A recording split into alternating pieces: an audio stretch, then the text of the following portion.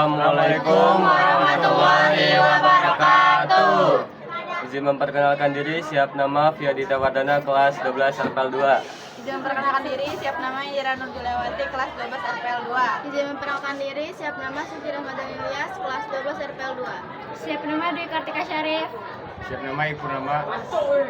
Jadi kami di sini akan mempresentasikan tentang mengenal Kementerian Negara Republik Indonesia. Presentasi ini akan membahas secara menyeluruh mengenai lembaga pemerintahan penting di Indonesia, yaitu Kementerian Negara.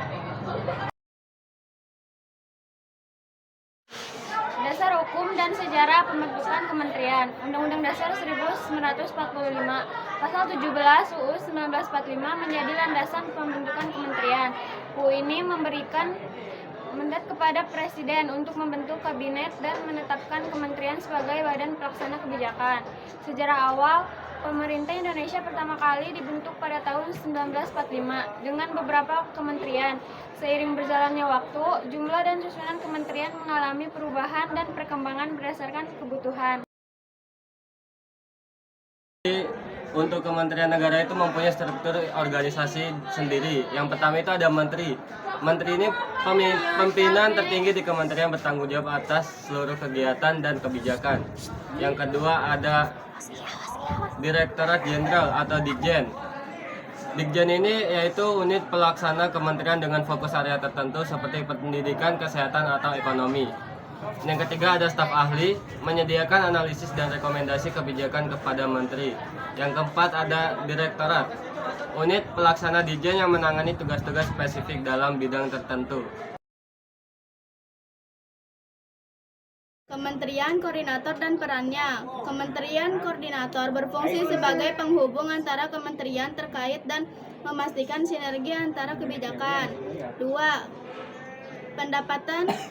Terdapat 4 kementerian koordinator atau komentor, masing-masing berfungsi pada bidang politik, hukum dan keamanan, perekonomian, kementerian dan investasi dan pembangunan manusia dan kebudayaan.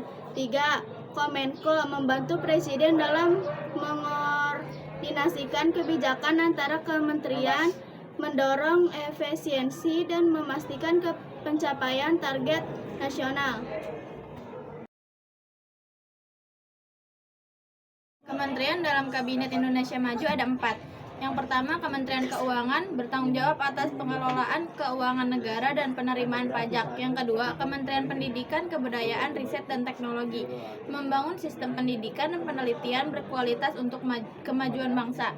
Yang ketiga, Kementerian Kesehatan memastikan kesehatan masyarakat dan akses layanan kesehatan yang merata. Yang keempat, Kementerian Pertanian meningkatkan produksi dan kualitas pangan untuk ketahanan pangan nasional. Tugas dan fungsi utama kementerian. Di sini ada 1. Perencanaan, merumuskan kebijakan dan program pembangunan yang terarah dan berkelanjutan. Pelaksanaan, menjalankan program dan kegiatan yang sesuai dengan kebijakan yang telah ditetapkan. 3. Pemantauan dan evaluasi. Pemantauan dan mengevaluasi pelaksanaan program secara berkala untuk memastikan aktivitas dan pencapaian target. 4. Pelaporan, memberikan laporan kepada Presiden mengenai hasil pelaksanaan program dan kinerja kementerian. Program prioritas dan capaian kementerian. 50% penurunan kemiskinan, meningkatkan kesejahteraan rakyat melalui program bantuan sosial dan pemberdayaan. 70% peningkatan akses pendidikan, membangun sekolah berkualitas dan meningkatkan kualitas guru. 90% peningkatan akses kesehatan, meningkatkan kualitas layanan kesehatan dan menyediakan fasilitas kesehatan di daerah terpencil.